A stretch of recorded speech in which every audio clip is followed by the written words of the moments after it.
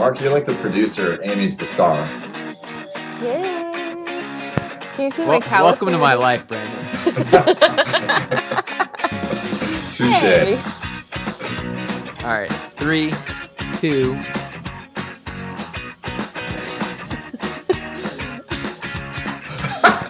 You don't normally say the 1 because then the 1 gets caught on camera. You have to say 3, 2. Hey there! It's the Funky Fork podcast. This is our official second episode. Today we are with Mark Bailey again. He got to come back for a second time. Lucky him.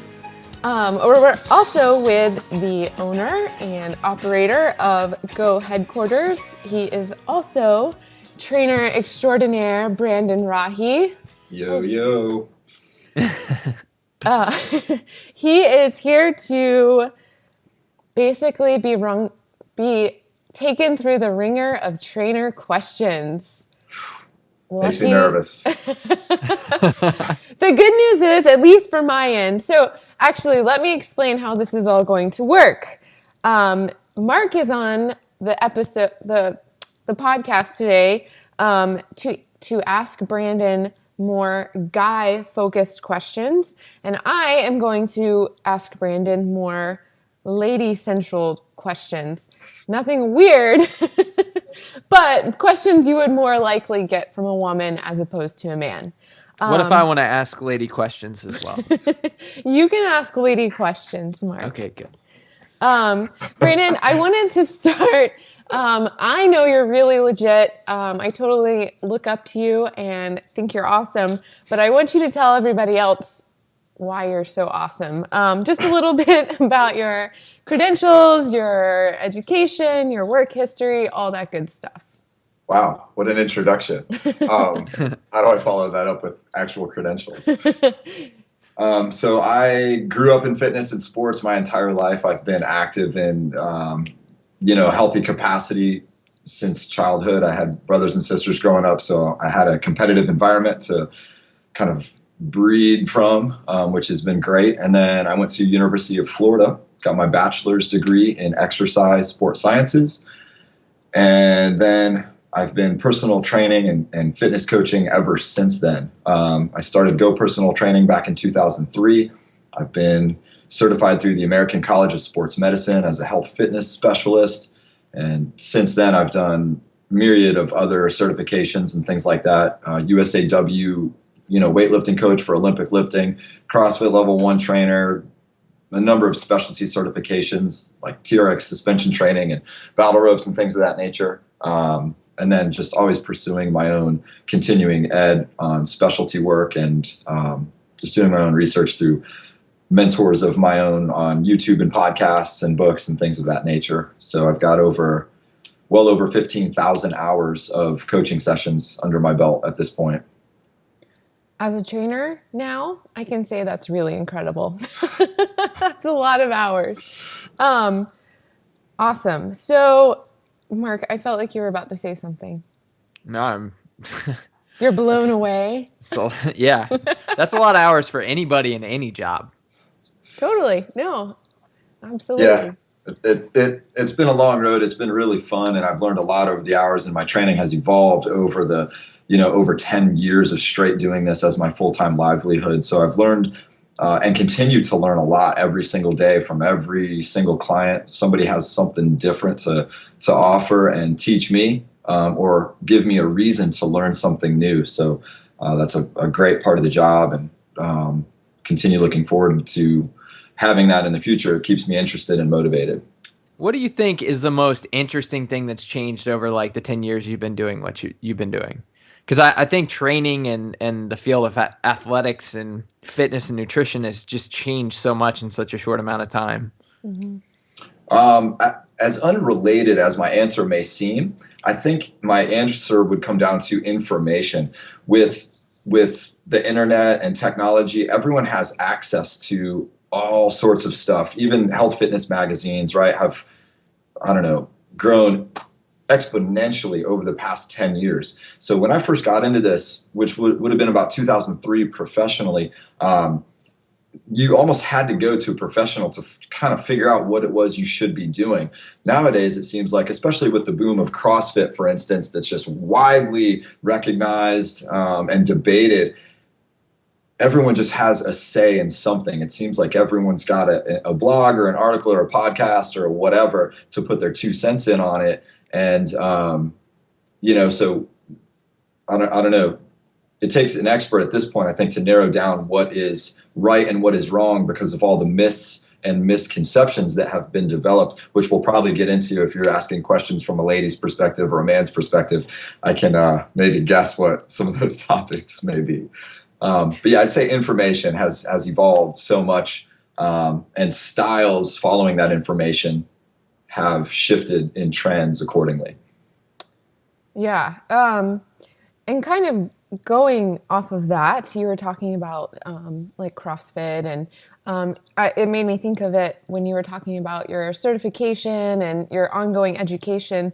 Why don't you explain kind of your programming methodology? Like, you're not strict CrossFit, but you're not, teaching a body pump class either. Like, why don't you talk about your programming way? Okay, so my belief in programming, I guess, is pretty just all-encompassing. Everyone that I deal with, regardless of who they are, old, young, lots of injuries, no injuries, I want them to be very well-rounded in their abilities after so many months or years of training. I want them to be strong. I want them to be mobile. I want them to have good endurance. We want that good internal health, so we're addressing nutrition and everything like that as well. So if anyone's lacking severely in any one of those categories, I might bias the training for that individual more towards mobility or something like that. I'm not worried about them being as strong as the next person if they don't need that kind of superhuman strength for whatever reasons. But overall programming, like for our program that we call Fit Camp, which is closely equivalent to what a CrossFit program would be, we go through a real structured warm-up that's going to prep people to get all those tissues firing for the day and turned on for whatever strength movement that we're going to do, which is on a cycle. We try to take our athletes through a 3-day cycle. Assuming someone's coming to class, they're gonna alternate lifts every day for big major movements. Your squats, your deadlifts, your press variations, and things of that nature. And then we're always going to do some sort of Metcon work, some metabolic conditioning to really get the high intensity metabolic burn, get those lungs open, and get that circulatory system firing on all cylinders. It's constantly varied for sure, and try to custom tailor it to each individual thereafter. Yeah, totally. As a personal note, that's part of why I started out, I now work for Brandon, but I started out as an athlete with Brandon. And part of what I loved about his program was exactly what he said. It's always different. There's always a cardio aspect, but somewhere along the line in your hour of class or training or whatever you're doing at his facility, you're getting a strength component. You're getting a mobility component. It's so well-rounded, and that's something that I think is really hard to find in most facilities. You're either, like in CrossFit, even though they do, like you said, metabolic conditioning, their big thing is focusing on strength. So you're doing a lot of the heavy lifting stuff. And, as a female, I have lots of friends that focus a lot on elliptical training. So it's, it's just a nice balance of all of that. So before we get into questions, I wanted to ask you an easy question about yourself. I wanted to know what would be 3 things that people would be really surprised to know about you. Surprised as in, okay. Like, whoa, I would have never guessed. Brandon, trainer extraordinaire, would say, do, think, be, eat, I don't know, this, blank. Okay, so I love animated movies. People may not know that about me. So like Finding Nemo and Shark Tales and Shrek, all the Pixar animation stuff. I can't get enough of that stuff. So does Mark. That might hey, Mark, we need to watch Shark Tales. Stitch. Lilo and Stitch. He does too. That's so Oh funny. my gosh. Well, 9 times out of 10, those movies are better. Like the kids' movies, the animated, they're better than the adult movies. Yeah. Yeah. I think they're far more creative and, clean. I like clean, like comedy. I don't like the stuff that, you've got to use profanity or do something over the top to capture your audience. I love the creative aspect of those animated films. Aw, okay. I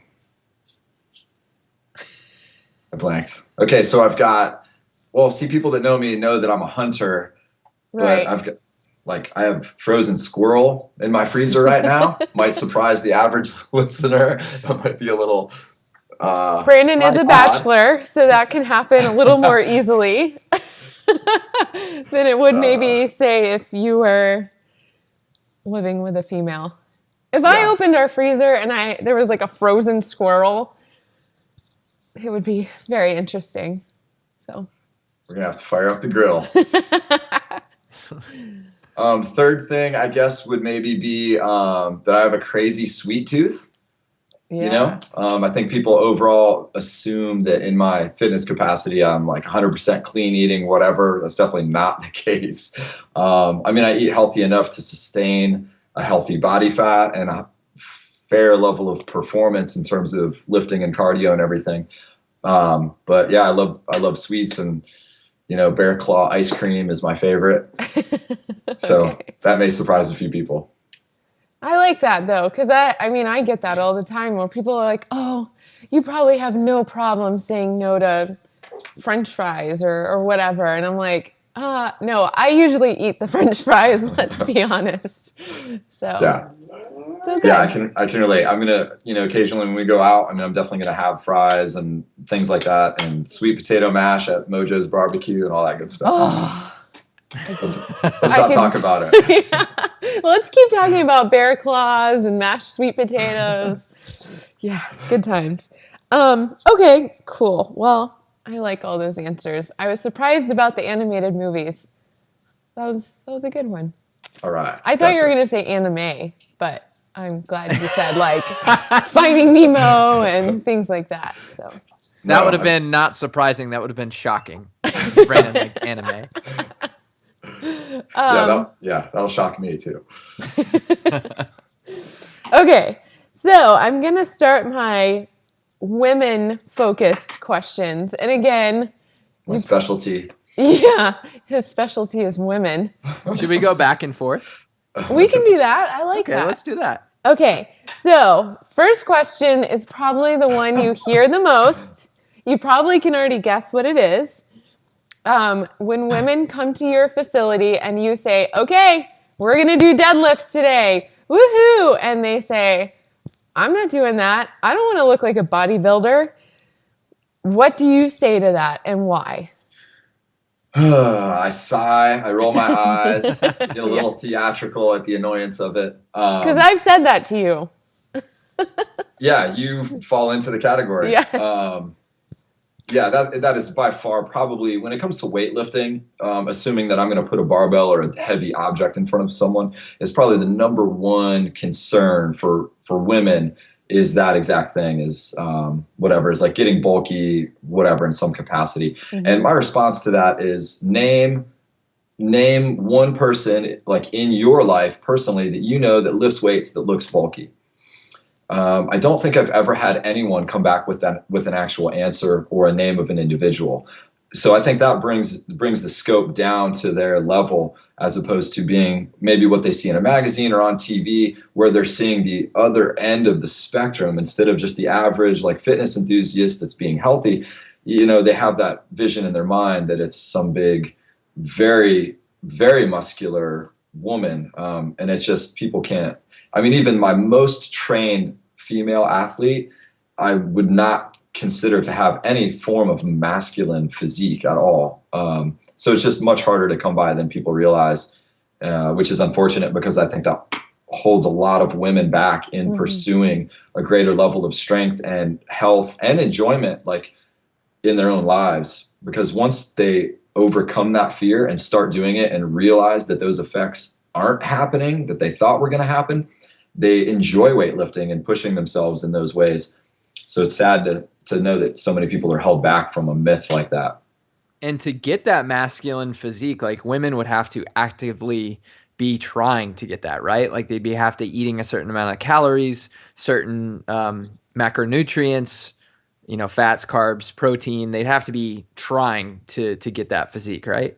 Yeah, I mean, unless you have just some crazy genetic gift that allows you to build all sorts of muscle mass, or maybe you were a, sprint style track athlete in your youth, or a high level gymnast, so you had a lot of muscle mass in your youth. Yeah, as an adult, as an untrained adult female, you do not have the natural testosterone levels to support that kind of muscular growth. And even if you are actively trying, as you were saying, you're deliberately eating enough protein and carbs and fats, and you're lifting heavy all the time, you're reducing your cardio output just for the caloric gain. It's really, really hard to do, even for men that do have the testosterone, that are trying to like put more size on their chest and shoulders and arms and legs, and they're being deliberate. It's hard for grown men to do it, let alone grown women. So, yeah, you've got to be trying pretty hard to accomplish that mission, and it takes years. I can vouch. I'm trying to build up my chest. It's not going as fast as I would hope. And just a quick, I know everybody has probably heard this before, but as a female that has said that to Brandon and eventually overcome it and eventually gotten excited about trying to lift heavier and heavier weights, I've actually found, and especially too with female clients that get over that initial fear, they start to see that tone that every woman actually really wants, not the bulkiness, but you're like, oh, look, my triceps look good, or I can see my quad muscle. I like this. So I think it takes actually experiencing that and seeing that, like, oh, it does good things for your body besides being strong, but aesthetically, you're like, okay, I should have started this a long time ago, apparently. That was my 2 cents as a woman on that. So. Yeah, you said a key word there, tone. That is one of the most nondescript words that is used the most. That's probably the most common, as far as aesthetics go, women come in and just like, I want that tone look. And I ask them, what do you mean tone? They have no idea how to define that as a term aesthetically. And they don't realize that when they're looking at maybe a fitness magazine that has just a really athletic looking female on the cover, they're like, yeah, that would be great. They have no idea how muscular those women really are and how much strength training they've done to get that tone look, and how lean they also are on top of that. So right. There's a huge disparity between what they think will get them there and what will actually get them to that point that they're referring to. Right. Totally agree. Yeah. Cool. Mark, did you? My turn. Yeah. Okay, so I feel like this is something that guys are just kind of, it's just ingrained in us as we start working out. We feel like we have to do it constantly, like every day. If we want to see the results that we want to see, if I want to see my big chest, I need to be working out every single day. Can you talk about how important recovery days are in the process of working out? Because I just think guys don't take recovery days enough, I think. Okay, good question. A lot of that can come down to programming, I think, a little bit. And really good design programming will incorporate the right amount of recovery, which is what we're getting on here. So you can definitely just train yourself into the ground to the point that your performance can decline, which is formally known as overtraining. That's coming down with a lot of criticism these days with the CrossFit trend of how much volume athletes are putting out every day. But I think that depends on stylistically, what type of training are you doing? Are you just doing heavy lifting all the time? Do we count mobility as training? Or is mobility a recovery day? Things of that nature. However, when we're doing heavy lifting or lots of things that are demanding hard muscular contractions and energy output, caloric expenditure, things that are demanding of our tissues and on our joints, we need some downtime for sure. So we need to be getting adequate rest, of course, really good hydration and nutrients, But then the time to rebuild those tissues, because we have tissue turnover. Our cells are kind of dying off and new cells are emerging and things like that, depending on what we're talking about. And that's a process. And anything that is a process, of course, takes time. It's not instantaneous. And I think that's where men in particular do get caught up that, hey, I need to hit another session. And the more I do, the quicker these results are going to come. Maybe there's some truth to that, but with diminishing returns on a certain amount of volume. So recovery, very important. Supplements can be very important to aid in recovery. You'll see the better athletes, the more knowledgeable athletes doing active steps for recovery, not just, okay, I'm taking a day off. So active recovery being things like foam rolling, doing a mobility session, maybe going to a yoga class, just eating really, really clean. Right after their workout, they're going to get the right nutrients, right? They're going to get a protein shake in right after a training session to immediately start that recovery process. They're staying on top of their fish oil to cut down on inflammation from training. All that stuff, it can be all-encompassing and deliberate. And it's just as important as the training you do, right? Because if you overtrain, I mean, you're going to go backwards instead of forwards. Sure. I mean, one of the signs and symptoms of textbook overtraining is that your performance declines. Can we trace that back to too much volume or too little recovery is maybe somebody's guess. And that's some of the debate that's out there now. I think we know more about active recovery than we used to 10 years ago. So when I was in school, that was a big part of my learning was, hey, don't overtrain. You need to periodize. You need to taper off your training to peak your performance for whatever you're doing. But you absolutely still need time off and recovery days for sure. But without the training, of course, you don't get the stimulus to grow or to get stronger or more mobile. But I would say it's just as important. Yes. Cool. Question answered. Thank you. Boom. All right. My next question has to do with something, again, I know you've heard a million times. If I've heard it 10 times, you've heard it 600 times. So I'm going to just set up a little scenario. I'm a new client and I'm coming to you. And Brandon, I work out on the elliptical for 45 minutes. It tells me I'm burning 400 calories. I do this 6 days a week. I'm burning 400 calories a day. I journal my food. I eat pretty healthy. Why am I not losing weight? I'm being so good. I don't understand. There's another sigh. You told him he asked a good question. I get a sigh. I'm not getting any size. Obviously, I need to step my game up. I think I'm asking the tougher stuff. Just kidding. Well, see, this is actually an interesting observation. So I'm looking at two different screens. I've got Amy here. I've got Mark here. Over here, I'm basing right now. So far, anyway, questions are myth-based, right? Topics are myth-based for the women. Mostly, in my opinion, anyway, led from like fitness magazines. Guys don't so much read like fitness magazines. Yes. The men's magazines are much different because I read them all. The men's magazines over the past decade, anyway, are geared a little more scientifically. They're like, oh, according to a science subject, whatever, of 100 subjects, 72% of men did better when they had more recovery time. On the women's side, it's like, oh, do these butt shaping things for tighter jeans or whatever. Yeah. Funny gender bias there. It's so true, though. You're so right. Men's health, it's all studies. And then like they'll have one study and one issue, and then the next issue will have a totally opposite study. Right. And then you believe that for like a month until the next study that comes out. Exactly. And they play, I mean, they'll literally take one study and that will last them 6 issues just because they keep misinterpreting the data until they've run out of ideas of how to misinterpret it. It's good to know. Yeah. Yay, men's health.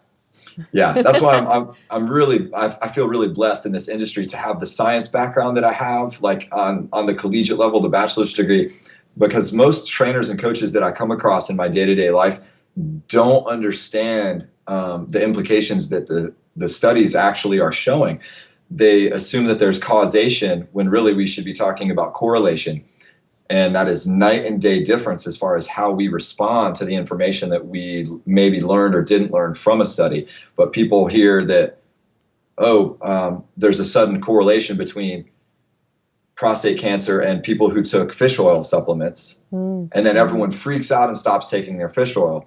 When there was a correlation there, not a causation. There's a million other variables involved in that study, but all of a sudden the media just blasted it and everyone interpreted it as stop taking fish oil, you're going to get prostate cancer. That's the kind of stuff that is just like blows my mind from a scientific viewpoint. There's a new one about animal protein that says, is it cancer? It'll cause cancer or early death. It's one of the two, which, I mean, they go hand in hand. But people that eat more animal protein than other people or a certain amount, you know, will die early or get cancer. Yeah, it was like if you eat animal protein more than once a day, every day or something.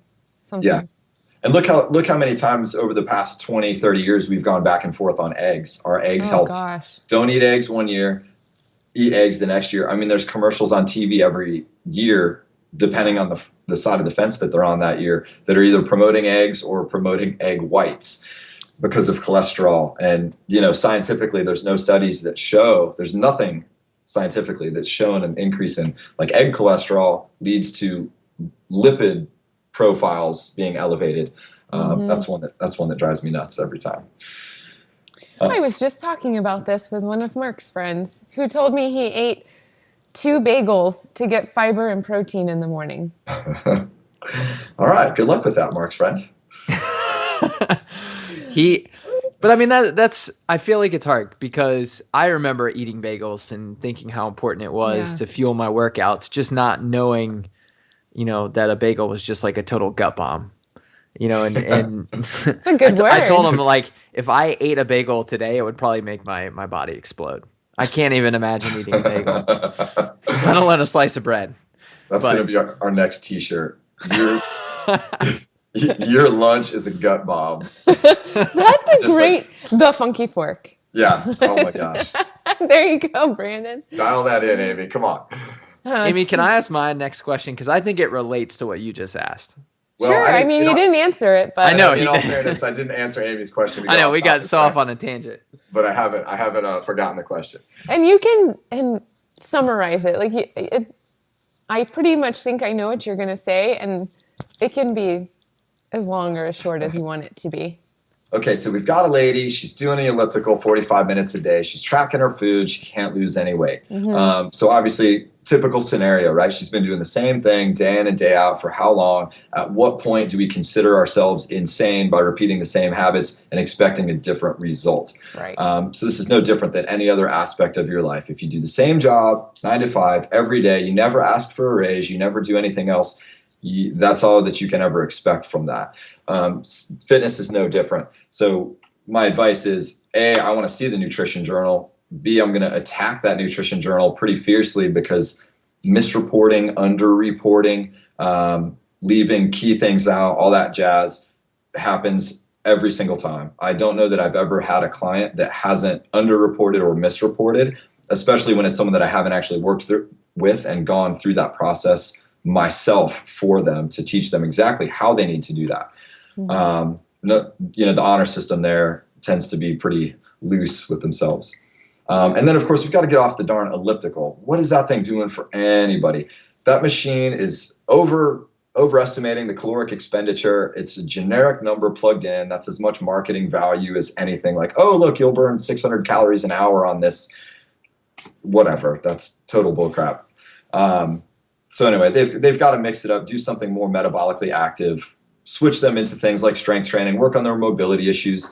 That elliptical's not having them feel any better, all that good stuff. So we've just got to do a complete overhaul. If they've got good points on their nutrition, of course, we're going to support those good points and keep those good habits. We want to start developing just a habitual lifestyle of better exercise choices and probably better nutrition choices all around. And then we've got our winning formula. So dispelling the myths of like that whole steady state cardio, just do 45 minutes at the same heart rate every day. It just doesn't get anyone anywhere. Right. Cool. But the elliptical does look cool when people are doing it. Like, especially really fast people. Okay, so really fast people that are kind of quasi dancing when they go hands free. My favorite is just like reading a book magazine for the whole 45 minutes at like 1 mile an hour. Yeah. And they'll still burn those 400 calories according to the machine. Well, that's what I was going to say. The marketer of the elliptical is genius because every woman, I swear, they would even do burpees. If you knew how many calories and you saw like in a little sign right in front of you when you were doing burpees, you're like, I'm going to do 30 more and burn 30 more calories. Like I would do more because I'd be like, oh my gosh, I just burned 100 calories and did like 400 burpees. Like it's totally appealing to women. There's something about knowing how much we're burning.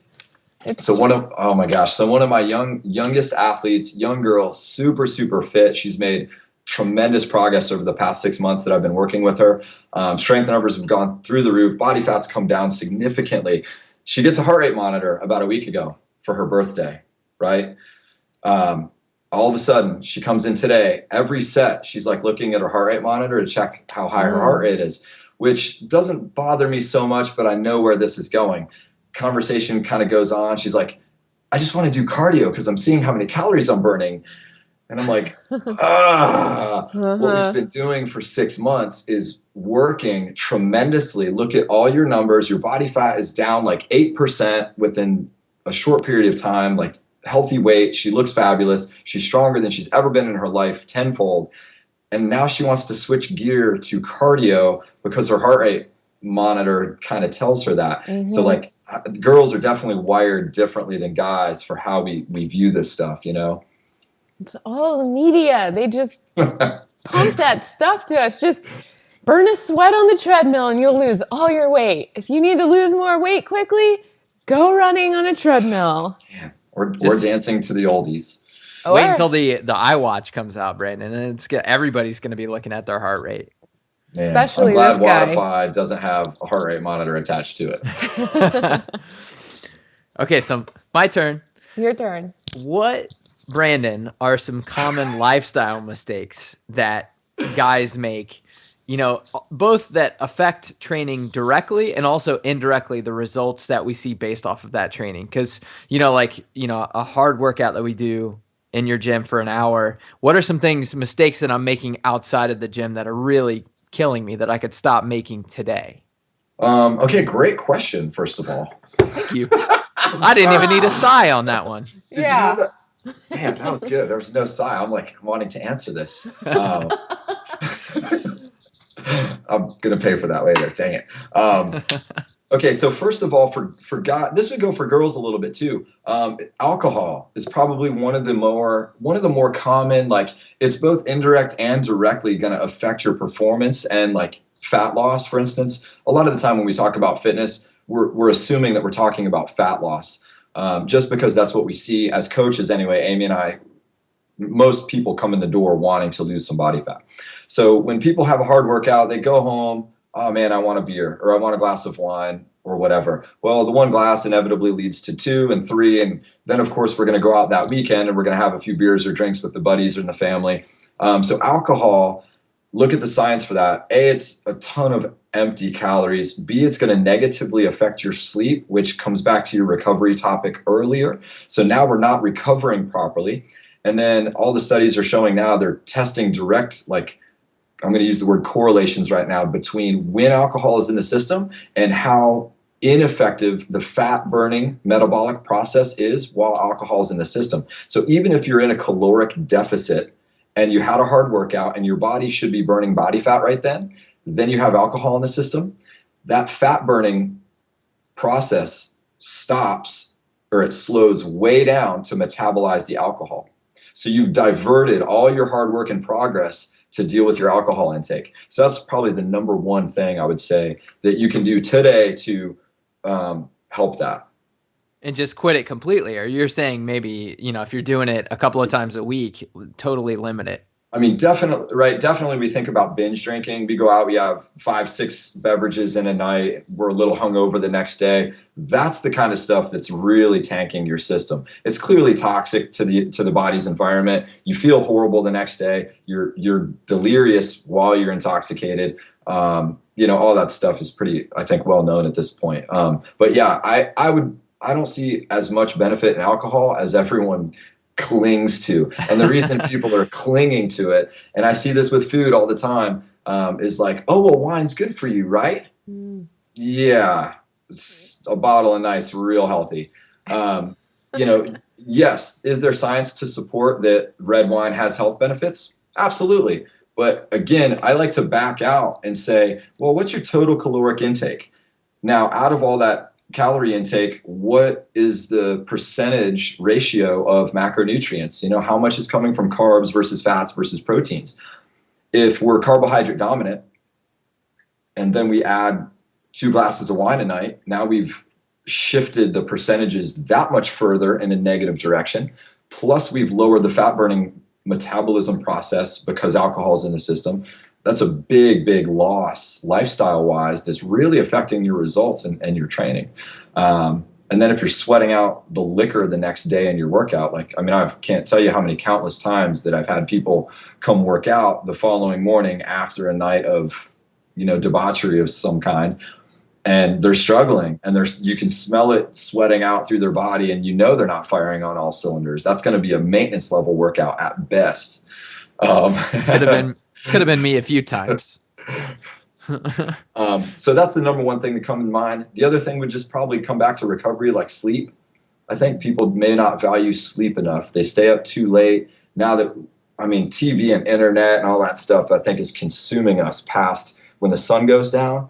We turn into like vampires and stay up all night as long as we can, making sure that we've seen the whole Facebook news feed and the whole Instagram threads. And we've just done every social aspect that we can. Then we're going to watch our DVR list. Then as we're in bed, we're going to play something on Netflix. So all of that is not good, I think, systemically for us, for our brain, for our eyes. Like, it's not true rest. Your body's busy processing too much information and technology, and I think that negatively impacts people long term. I've totally noticed that with my sleep or lack thereof of being able to get to sleep quickly, because it's a lot of stimulation. You've got like the blue light from the iPad or the iPhone that you're looking at, and then your brain is just thinking about these things that you're reading and looking at. Amy knows I can't look or read about anything that has to do with work before bed because I can't go to sleep. I will sit there and just think about work all night long. So I have to make sure that the devices are at least away from the bedroom in some way. Mm-hmm. Yeah, that's a great point. And I read a study probably in Men's Health or something like this, so who knows where this came from. But people are now using their device as a wake-up device, not in an alarm clock sense, but in a, oh man, I'm tired, and I'm going to scroll through the Facebook feed while I'm laying in bed. And that wakes you up and stimulates you far more than your cup of coffee normally would in the morning. So if that's not evidence to support that alone, you don't want to drink coffee right before you go to bed. If it has a more powerful effect on you than that cup, then you're in trouble trying to fall asleep on that stuff. Yeah. And as a side note on this, and I can put this on my blog post when I post this podcast, there's actually, is it called an app when it's on your computer? Mark, what is it called? Hey, Amy, put your other earphone in. Oh. Sorry. Good call, Mark. There you go. It's hurting my ear really bad. Sorry. You have sensitive ears. Yeah, it can be. Yeah, it's an application. So there's an application called, is it Flux? I believe it's called Flux. Mm-hmm. And it, instead of emitting blue light, like Mark was talking about, it emits an orange light, or I guess a more natural light.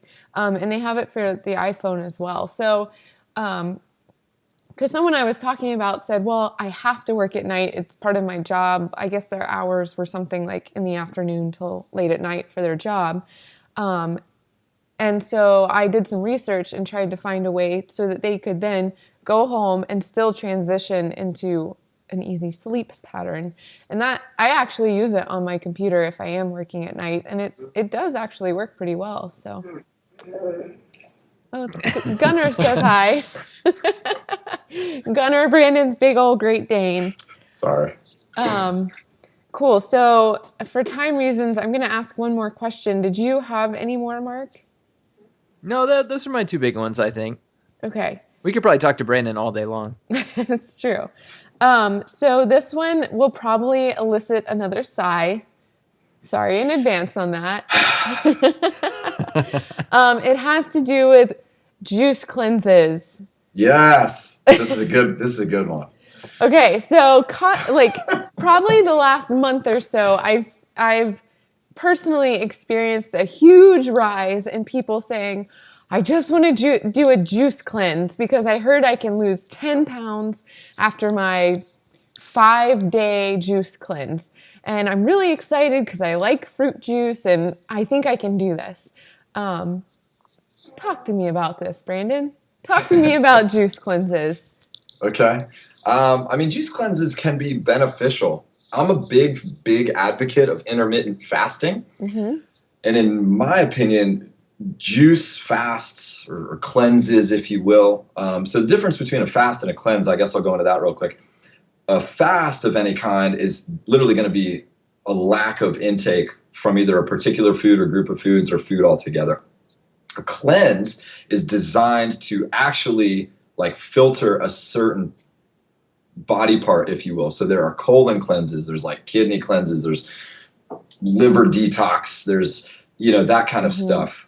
There's a GI reset. There's kind of all these things that are meant to target something specifically.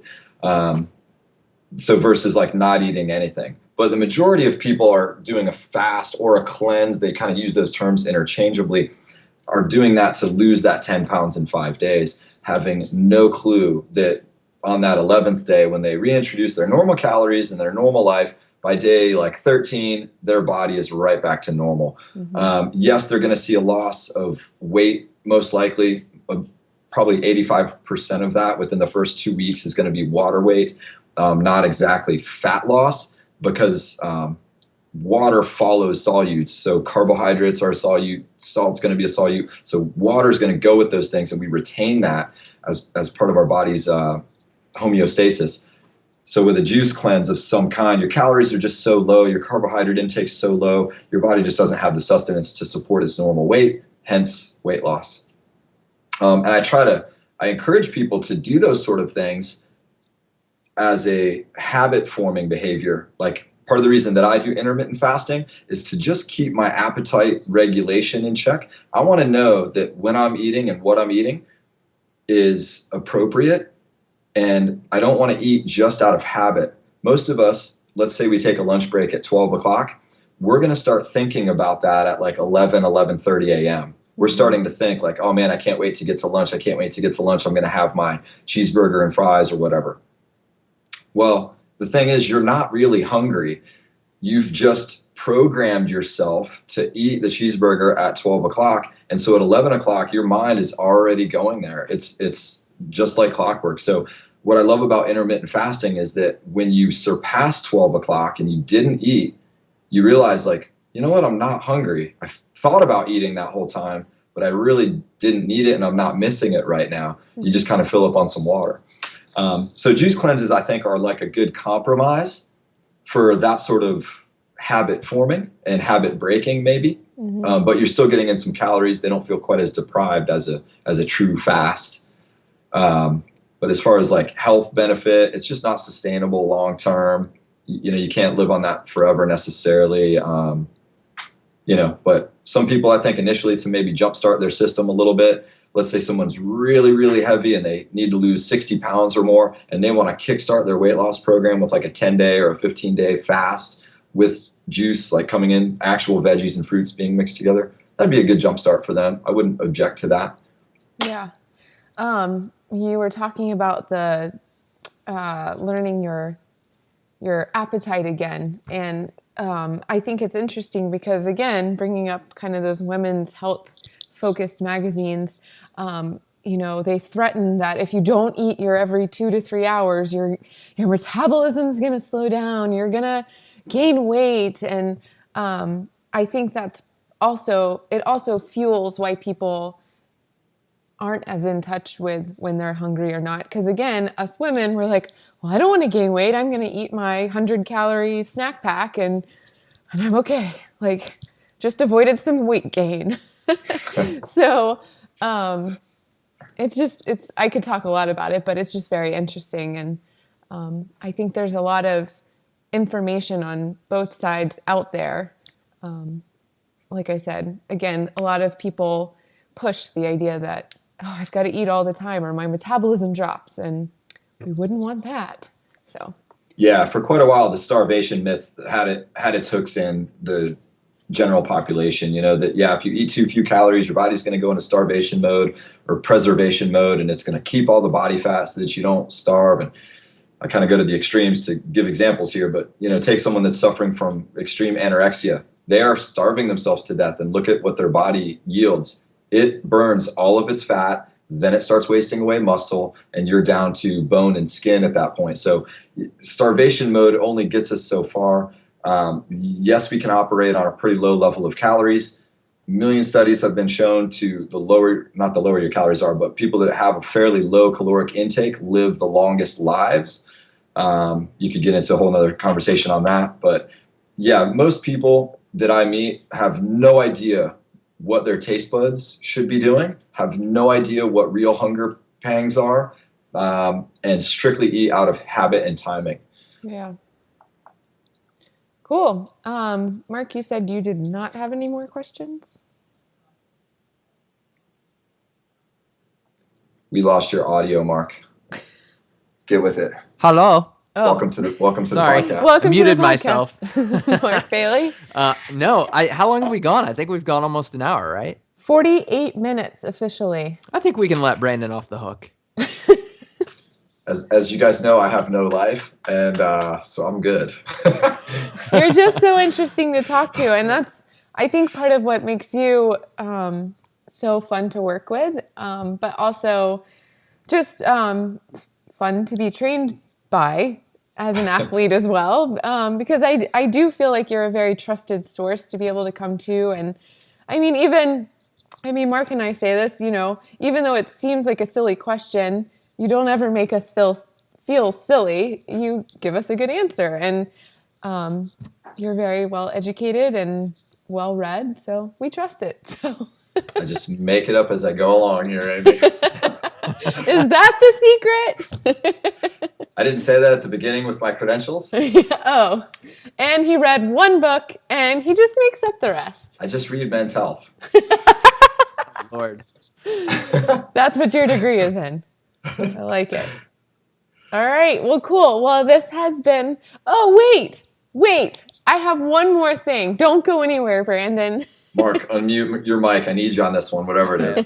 No clue what this could be. Yes, you do. So at the end of the last podcast, we talked about affirmations and how it is important for people, especially if you don't have anybody else in your life, to give you a pat on the back.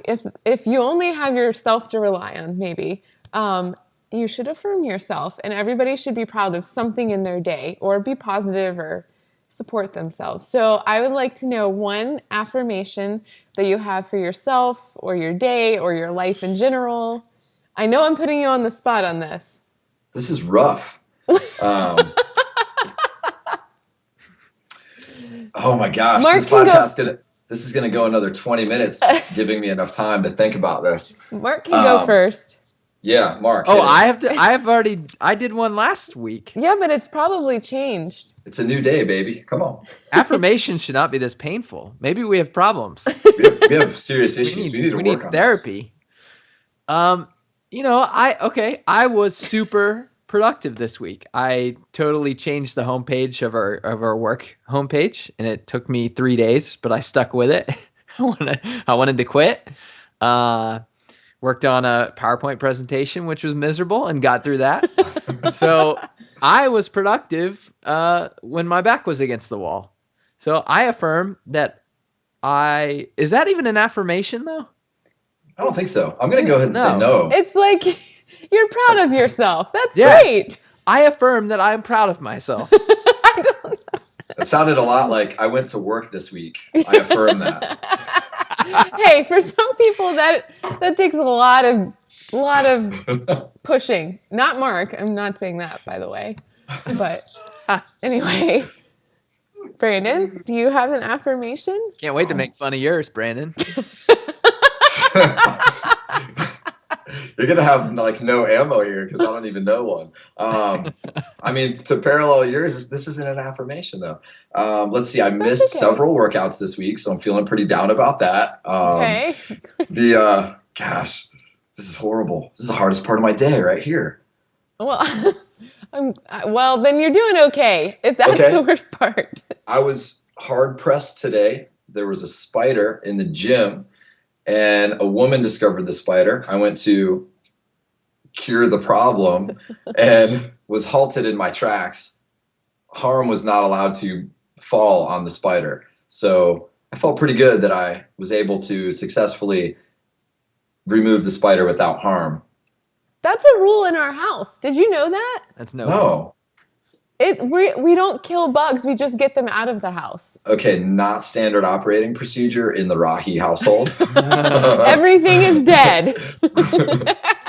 Yes, and it's paleo. Someone at work the other day was appalled that I tried to save a cockroach. They were appalled. Like I brought a cup up to the front desk to come get it. And they were like, "What are you doing with that?" I'm gonna save him. I'm gonna get him out. Yeah. Yeah, I don't know. I know that's not an affirmation either, but that was a win for me today. Okay. I have another solution if you're ever in that predicament again.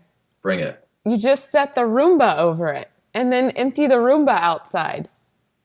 Have you seen the Roomba in action? Yes. It was like Very aggressive. The spider would not survive the Roomba encounter. No way. Yeah, okay. All right, never mind. You know what? I'll test that out and let you know how it turns out. I just don't want to witness it because then I'll feel bad. Cool. So neither of you really had an affirmation? Mark, we need therapy. Maybe we can just talk to each other. Oh, good. You need another mandate. We do. Last mandate was not a mandate. Last mandate turned out to be like 30 women and us. Yes. Hey, that's for the next podcast, that story. Yeah. But it was 30 women who were all telling you how awesome you are. That's like a dream, Brandon. And no, we it's were good. we were not at a strip club. No. Oh, thank you for that. You were eating pizza, actually. Again, not at a strip club. And dessert. And dessert. Yes. Cool. And holding babies. Oh, Brandon was startled when the first thing he did was go to the baby and hold it. Yeah, that means I'm in way over my head. It was just like, as someone who knows you, it was just funny because I was like, he wouldn't normally do that in that situation. Okay, so I take back my animated movie answer. One thing that would surprise people is that I would go immediately to a baby and hold the baby to avoid crowd interaction that I wasn't expecting. It's a good tactic. But it probably draws people to you because everyone loves a cute baby. That's true. They had all already seen the baby, so that was Right. my saving grace there. It was old news. Anyway, not to get off on a total tangent, but this has been the Funky Fork Podcast. My name is Amy. You can find me at thefunkyfork.com. Today we have had Mark Bailey, my wonderful husband, and can we call you the official producer of this podcast? Yeah, absolutely. I'm about to have to get to work on it. Yeah, you need business cards. You're official. And my friend, you're my boss. My boss. I'm not a big fan of that title. My friend, and as I called him before, trainer extraordinaire, Brandon Rahe. Brandon, if people have more questions or are interested in your services, how can they get in touch with you? Check out our website, goheadquarters.com, and obviously our Facebook page as well, facebook.com/goheadquarters. Best way to find us. Sweet. Thank you very much for having me. Been our pleasure. Come back and we'll keep talking about babies and juice cleanses and taking deep sighs together. Sounds good. All right. See ya.